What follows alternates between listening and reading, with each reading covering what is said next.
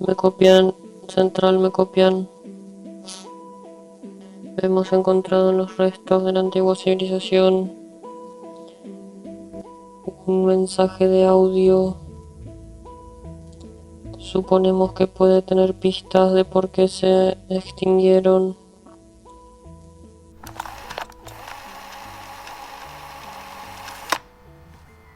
Tokyo Revengers. No sé si se están vengando porque se hundió Tokio o de qué están hablando acá. Cuéntenos, a mí, a la evidencia, ¿de qué se trata un poco esto? Básicamente hay como, ¿no? este juego con el título, ¿no? De Tokyo Revengers, no es Tokyo Avengers, no son los Vengadores japoneses.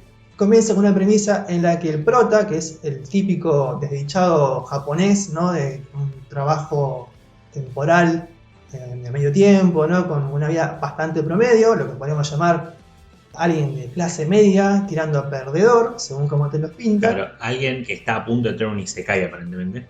Claro, es el típico personaje que al japonés promedio le vende la promesa de un mundo fantástico y mejor. Claro, se viene mi harem, listo. Sí, que a ver, quiero una elfa, quiero, no sé, una mitad caballo, quiero una loli y no sé, bueno, vemos el harem. Pero no. Bueno, este chico se entera de que hubo como un incidente causado por una pandilla en el que lamentablemente fallece su novia de la secundaria y el hermano de ella. Entonces en ese momento, ¿no? Empieza a rememorar y llega a la conclusión de que, bueno, justamente esos años de secundaria que pasó con ella habían sido los mejores años de su vida, su momento de gloria, ¿no? Porque hay gente que, no sé por qué, pero por lo menos acá no pasa, la secundaria es su momento de esplendor. Pensarás que no pasa, pero pasa. Bueno, puede pasar, la puta madre, ¿por qué no estoy chapando con alguien en los pasillos del colegio? Entonces es como que, bueno, intenta buscar cuál fue el punto de quiebre donde todo se vino abajo para él. ¿En qué momento me convertí en esto? ¿Por qué me disculpo tanto? ¿Por qué tengo un trabajo de mierda? ¿Por qué estoy solo? ¿Por qué vivo como vivo en una de esas típicas casas chiquititas, ¿no? Como muy monoambiente, en el que te entra, no sé, la mesa del inodoro y nada más. Sí.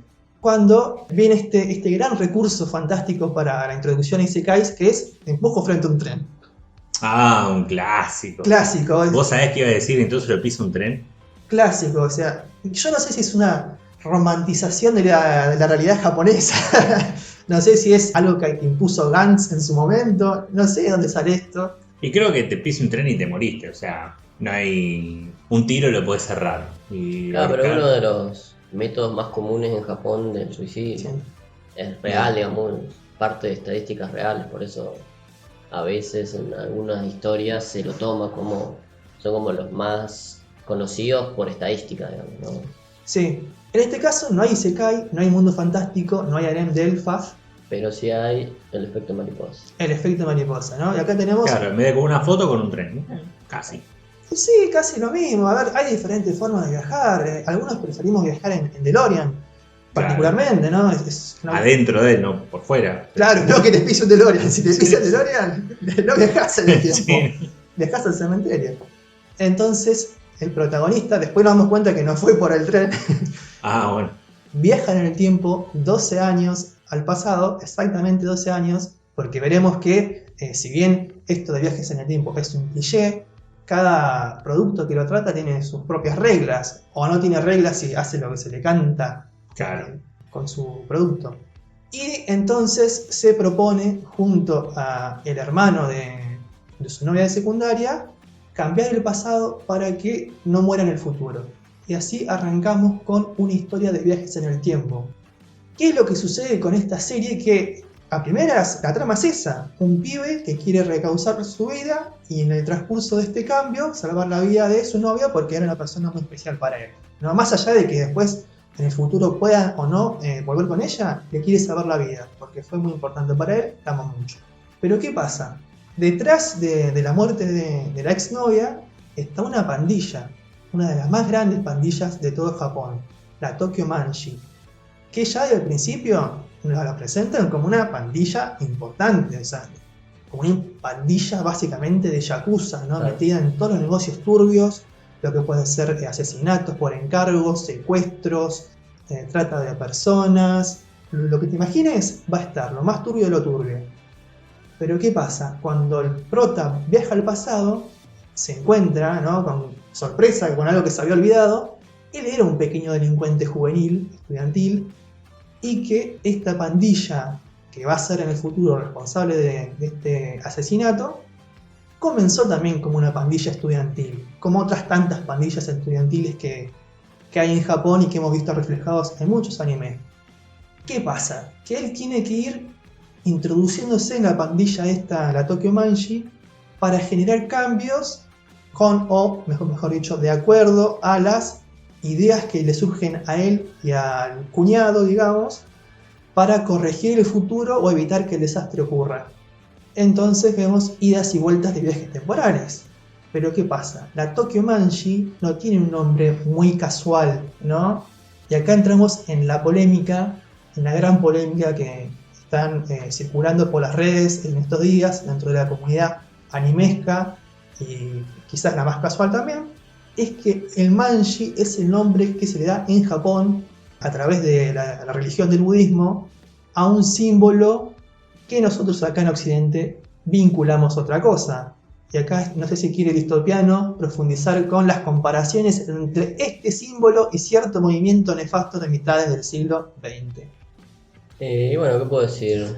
En el manga aparecen este símbolo acompañado de ciertos colores y cierta formación que remite directamente a las cuestiones del nazismo, y por lo que uno puede llegar a extender como la cuestión neonazi que está reflotando, que más o menos se va manteniendo a lo largo de nuestra contemporaneidad, un tratamiento sobre estos símbolos o sobre este tipo de ideologías que se sirve el autor para diferentes cosas, ¿no? Porque también está tratando sobre cuestiones de pandilla o sobre cuestiones religiosas o filosóficas, pero no hay, digamos, una extensión literal de lo que sería la ideología nazi puesta literalmente acá, ¿no?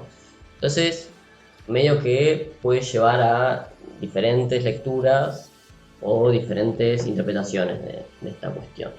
Es como un cúmulo de cosas que lleva a una lectura que no sé si ha sido intencional o no por parte del autor en un intento de visibilizar su obra, que aparentemente ya tenía un gran fandom antes de que saliera el anime, ¿no? Gente que está muy orgullosa de estar al día con el manga y toda esa toxicidad de un fandom amplio, ¿no? Y que no sale de su casa y está todo el día en Twitter. Claro. Nosotros cada tanto salimos de casa. Ponele la diferencia, cada tanto. Y nos bañamos cuando toca. 2 veces al mes más o menos. Sí, como dijo Distopiano, el símbolo tiene toda una historia y una tradición en diferentes religiones porque lleva instalado hace milenios. Creo que una de sus primeras apariciones y menciones es a través de escritos en sánscrito, ¿no? Después, bueno, ha pasado por el hinduismo, el budismo, culturas latinoamericanas, un montón de lugares. Pero bueno, ¿qué pasa? Vemos a los muchachos vestidos con uniformes negros, con el cabello teñido de rubio, que son, digamos, el típico uniforme de delincuente juvenil japonés, porque eso es lo que pasa. O sea, a ver, convengamos que ya lo hemos visto en otros animes, ¿no? El tema de pandilla, incluso otros mangas sobre pandillas como Krauts, ¿no? Como dijo Distopiano, el jopo, el copete, el andar en moto o en bici, en grupo, los pibes que fuman. Me acuerdo que, por ejemplo, que en Bleach, Ichigo era tratado como un delincuente solamente por tener el pelo naranja, que era un pelo naranja natural por parte de la madre, o sea, ni siquiera era que él se tenía. Entonces, bueno, vemos pelos rubios, uniformes negros y una esvástica roja, ¿no? Si relacionamos eso, en vez de hacerlo con religiones y una tradición milenaria, y lo hacemos con algo más cercano a nuestra historia, más contemporáneo, bueno, entonces sale lo que ya veníamos hablando, que ya mencionó Freddy en esta introducción al tema y que ya mencionamos al principio del podcast, la censura, una muy entendible censura. Hagamos saber a todos nuestros oyentes que en este caso el anime llega por Crunchyroll, es la plataforma streaming que hace llegar a Occidente este anime. Obviamente Crunchyroll trabaja de la mano de los estudios japoneses y por eso hay 2 versiones, ¿no? La que está censurada, ¿no? La que con ciertos manejes, con planos más cercanos y con efecto de luces somete el polémico símbolo en los trajes de esta pandilla, y la versión exclusiva de Japón, que no tiene estas censuras, ¿no? Porque es entendible, allá lo asocian más con el budismo, no tiene esta connotación con respecto al nazismo. Aparte tienen, me imagino, ahora por eso que me contás, el anclaje idiomático, que si ya se llama... Manji. Claro, Manji, eso me Sí. habías dicho. Que ya, me estoy refiriendo a otra cosa. Pero Manji, me lo decís en otro idioma, y es como, qué sé yo. Claro, es que es lo que decíamos más temprano nosotros, ¿no? A ver, el líder de este partido nazista tenía un muy característico bigote, ¿no? Que Claro, nos lo arruinó a todos. Ningún hombre pudo usar ese bigote nunca más. claro, igual a mí no me crece. Acá en el medio no me crece. Bueno, Así pero que- si te podés afeitar, te lo dejás, ¿no? O sea, no. Sí. O sea, te lo podés hacer. No, Sí. no te sugiero que te lo hagas. Cada cambio de tu hora a vos te sale más fácil, te digo. Una vez me lo hice, pero Bueno. me lo dejé por media hora para generar reacciones y no estuvo bueno. No estuvo nada bueno. En mi familia me quisieron desheredar. Pero Era más bueno, gracioso en mi cabeza. sí, no hubo tantas risas. Pero bueno, hubo un hombre que con ese bigote sí generaba risas y que era Chaplin. Entonces, ahí tenemos las asociaciones. O sea, si vos ves ese mismo bigote con un flequillo de coté, vas a pensar en Adolfo. Si vos ves ese bigote con un sombrero y un bastón, vas a pensar en Chaplin. Entonces, creo que en Japón la diferencia, aunque sea sutil, es más obvia. La esvástica en el nazismo, obviamente está rodeada por un círculo blanco, con una franja roja, está negra y está inclinada. El manji tiene en el sentido opuesto y está como un cuadrado, ¿no? Como enderezada. Y en el peor de los casos, ¿no? Pensando mal un poco de los nipones, quizás, es como que le resbala, dicen fuck it, ¿no? Como nosotros fuimos parte de la Segunda Guerra Mundial, estuvimos con los nazis, en Occidente nos importa una mierda lo que pueden pensar, porque Estados Unidos nos tiró 2 bombas atómicas. Entonces, mi descargo, ponele en el peor de los casos, Claro. ¿no? Pero no, ellos lo ven de otra forma, o sea, tiene su sentido, que es suerte, prosperidad, paz, que está muy visibilizado en muchos de los templos budistas, que se ve en estatuas de Buda, ya sea en el pie, en la palma de la mano, en el pecho. Y convengamos que el budismo es una religión muy presente. Y Japón es un país muy tradicionalista. Se conservan muchos templos, se conservan muchas figuras. Claro. Hasta en el anime, que llega a todas partes, vos ves referencias budistas y ves el símbolo. A ver, volvamos a una censura que es similar, ¿no? que es un caso parecido. En Naruto, el clan Hyuga, la segunda rama, en este caso Neji, tenía un símbolo manji en la frente, no tenía el sello con forma de X que no llegó a la versión occidental. Entonces, hay como connotaciones muy distintas a la que se da en Occidente. ¿Qué pasa con esta polémica de la censura? ¿No? Toda censura es un acto político, toda censura en cualquier sentido, ¿no? Y en este caso mucho más, porque es político ideológico, no es porque, mucha violencia, como puede pasar en otros productos. Como en la mítica censura de Terraformers, que veía manchones negros por todos lados y no sabías qué carajo había pasado. Acá tiene un buen sentido, ¿no? Y hay como una ida y vuelta en los productos de Estados Unidos que van a Japón y de Japón que vienen a Occidente, ¿no? De esa censura. El tema es que si vos tenés dos de frente, si vos le das la chance al producto, vos ves que no hay una apología al nazismo. En todo caso, en el peor de los casos, como comenté antes de comenzar a grabar, está esta perspectiva, ¿no? En la que se enaltece un poco la mirada positiva de los códigos y valores de las pandillas, de los yakuza, pero como puede pasar en una película de mafiosos italianos o rusos, que las hay, ¿no? A ver, El Padrino es una obra maestra, y hay muertes a montones, y hay asesinatos de animales. Tenemos Scarface, que es, a ver, estamos hablando de la gloriosa historia de un narcotraficante cubano, que la película original no es cubano. Es verdad. Gracias, Jorge. Gracias, Jorge. Entonces, hay historias similares en la que, no digo que se vende como algo bueno la idea de pandilla, de mafia, de yakuza, pero te presentan los grises, que está en todos lados. Cuando tenés películas de policías corruptos, tenés películas sobre delincuentes que se comportan como familia y defienden a lo suyo. Pero ¿qué pasa? Estamos en una sociedad de consumo inmediato ¿no? Y muchas veces nos quedamos con lo que sería el titular de la noticia, ¿no? O sea, vos ves la imagen, a ver, vos googleás Tokyo Revengers y pones imágenes y vas a decir, pero estos son altos fachos, son nazis, son rubios vestidos de negro con la esvástica. Y si no le diste la oportunidad a la serie, si no googleaste lo que es una esvástica, qué representa, qué pasado tuvo, si no investigás al respecto, si vos ves que la serie no hace apología al nazismo, te quedás con esa mala idea. Entonces creo que es una censura, mal que me pese, muy necesaria. Muy necesaria porque a pesar de que haya gente que pueda investigar, estudiar y aprender, hay gente que se queda con la primera impresión y cuestiona sin saber, como muchas veces también lo hacemos nosotros, que cuestionamos sin saber. Y además no olvidemos que de repente siempre hay alguien que puede tergiversar las cosas, no solamente quedarse con una mala idea, sino practicar una mala idea. Que pasa de repente con una película de Batman, ¿no? Mirá el Joker, me siento identificado, voy a hacer lo que hace él. Vale sal. Entonces, seamos más conscientes con la realidad de Occidente, tanto de Europa como de Norte y Latinoamérica. ¿Qué es lo que mencionó el Distopiano? Hubo una continuidad del movimiento nazista, ¿no? Hay neonazis, skinhead, como quieras llamarlos, partidos supremacistas. Sin ir más lejos, acá en Argentina, Buenos Aires, Mar del Plata, durante la pandemia, se viralizó por redes, escrachando por supuesto, no apoyando, la pegatina de varios folletos publicitarios de un partido supremacista blanco. Entonces, creo que sí, es necesaria la censura, es una pena, es una lástima, pero hay que separar las cosas. A veces concuerdo en que hay que mostrarlas para visibilizarlas, para hacer una reflexión, para hacer una crítica, en el caso que se permita, si es que el tema es relevante con la trama, si de repente un acto delictivo es mostrado de forma cruda, con sus grises, y el espectador puede separar la ficción de la realidad.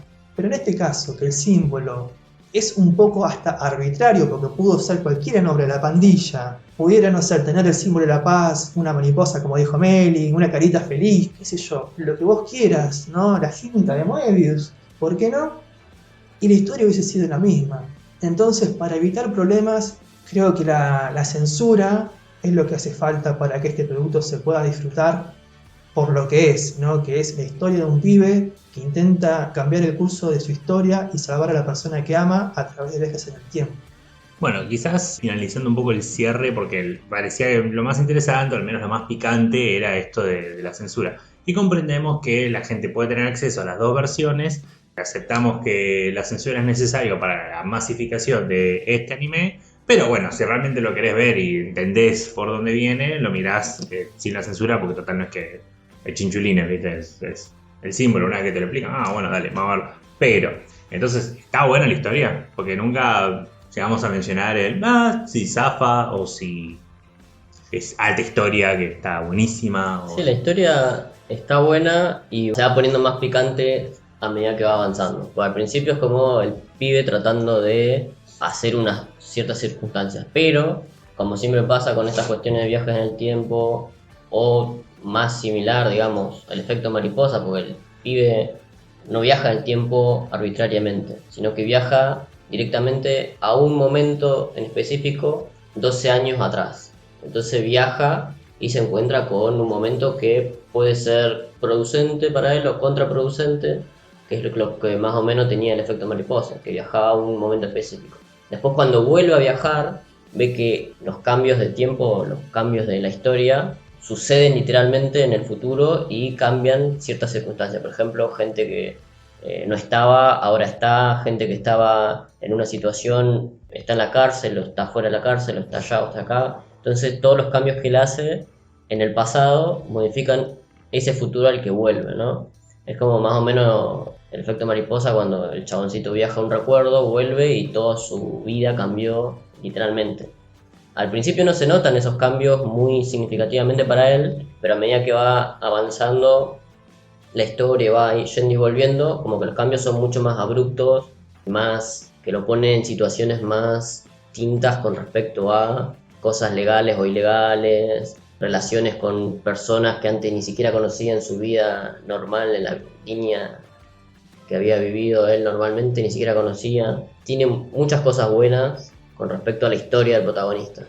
El protagonista siempre sigue siendo el mismo pibe que va cambiando a medida que va viajando, eso sí, pero es como que no se vuelve musculoso, no tiene poderes diferentes, no tiene nada. Es como el pibe tratando de irla piloteando por un lado para mejorar las vidas de otras personas o la de él.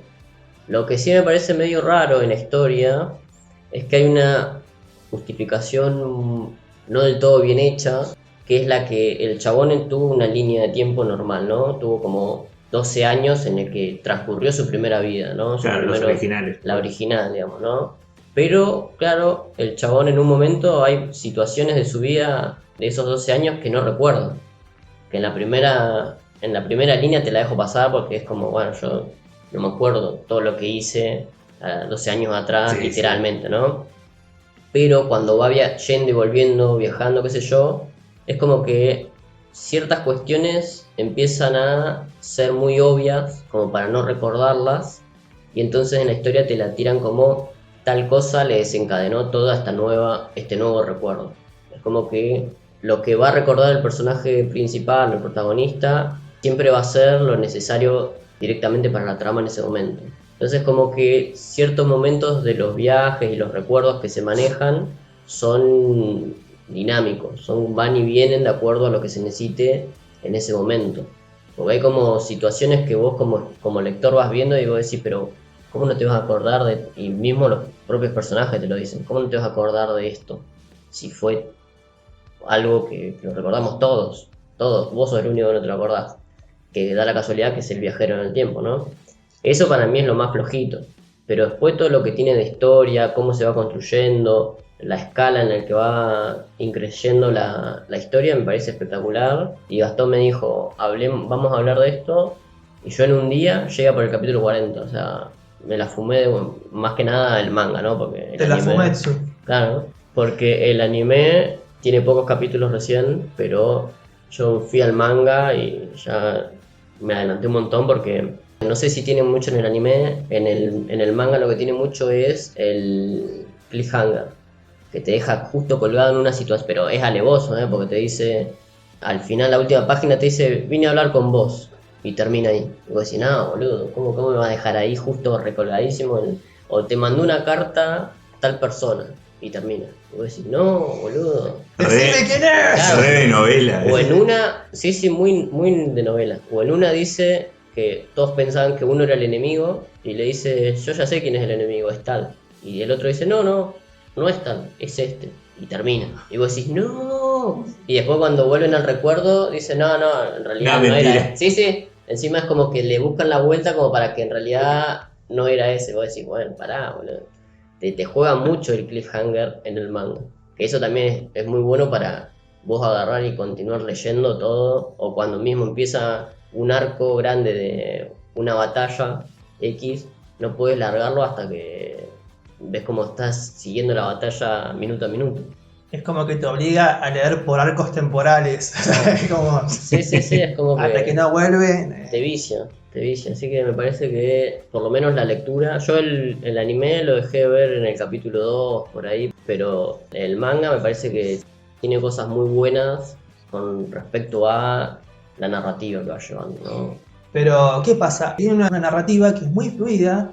Y también tiene estas cosas de justamente al ser una publicación mensual, o creer que lo es, con cada inicio del capítulo se retoma cómo terminó el anterior. Entonces como que las primeras páginas pasan rápido y después volvés a donde te quedaste y lo lees muy pero muy rápido. Tan rápido como se leyó Freddy que me hizo unos Yaiba. Así de rápido, que para quien no lo sabe, se lo leyó, pero así, más rápido que lo que le llevó a Thanos o literalmente universo. Claro. Entonces... Bueno, entendí toda la trama. No, está bien. O sea, yo te aplaudo, o sea, porque yo no puedo, yo soy como medio lento para esas cosas, que no saben. Es que hay ciertos textos que, bueno, los sacás por contexto. Es una técnica. La técnica de la lectura diagonal. Entonces, es un texto que creo que tiene, texto manga, algunos elementos que por ser cliché quizás, o por ser como muy repetitivos en toda literatura o producción, o ya sea película, serie, que si está bien ejecutada, no te molesta, que en este caso son las conveniencias, ¿no? Los cliffhangers. Se pudre todo y vos no sabés cómo carajo los protas van a salir de esta. Y aparece fulano a salvar el día, aparece un grupito, aparece el otro, y a su vez, lo otro, está todo bien, qué bueno, yo creo que el manga que termina acá porque están todos felices. Y se pudre todo, decís, la puta madre. De relativamente bien a relativamente mal constantemente. Eso, constantemente y de forma gradual, el cambio de tono de esa pandilla que había nacido en una escuela, ¿no? Muy inocentona, que se limitaba a pelearse con otro grupo de estudiantes, de repente va creciendo y vos vas viendo cómo se va convirtiendo lento pero seguro en la pandilla que te mencionan en el primer episodio. La más grande de Japón, la que se mete en todos los bardos, la que es intocable, la que anda detrás de cada negocio turbio, ¿no? Entonces vos vas viendo cómo el gran grupo de personajes pandilleros que muestra sus personalidades, sus códigos, sus grises, o los van mejorando o los van rompiendo y se van enturbeciendo, se van poniendo turbios, ¿no? Se van corrompiendo. Gente que dice, no, yo no mato, y después van y matan. Gente que vos pensás, uy, se salvó de su destino de pandillero, delincuente, de estar preso, de meterse en negocios ilegales, y de repente vos decís, pero ¿cómo? ¿Vos no habías corregido tu vida? No, tenía una doble vida y me metí en quilombos igual. Tiene unos idas y vueltas de tuerca, los personajes van cambiando, o sea, es eso, te establece un elenco más o menos fijo, ¿no? De a poquito van sumando, ¿no? Como, bueno, este es el nuevo elemento que va a cambiar el futuro, pero como dijo Distopiano, en 1 o 2 días, 40 capítulos de manga. Encima tiene 140 nada más en español, así que cuando nos empachemos de eso, ¿qué vamos a hacer de nuestra vida, Distopiano? Yo sigo, porque yo estaba leyendo también de esa manera Dorohedoro, que me leía 20 capítulos al día, porque también tiene 100, 200 y algo. Y no quería largar Dorohedoro y vos me dijiste justo Tokyo Revenger. Y yo dije, me tira para abajo el dibujo, no sé qué, no sé cuánto. Y hasta que lo arranqué y no pude parar de leer. Ahora ya voy por el 80. La droga de la Tokyo Mansion, y nunca Sí. mejor dicho. Y sí. Porque también andan en esa, andan en todas. Claramente.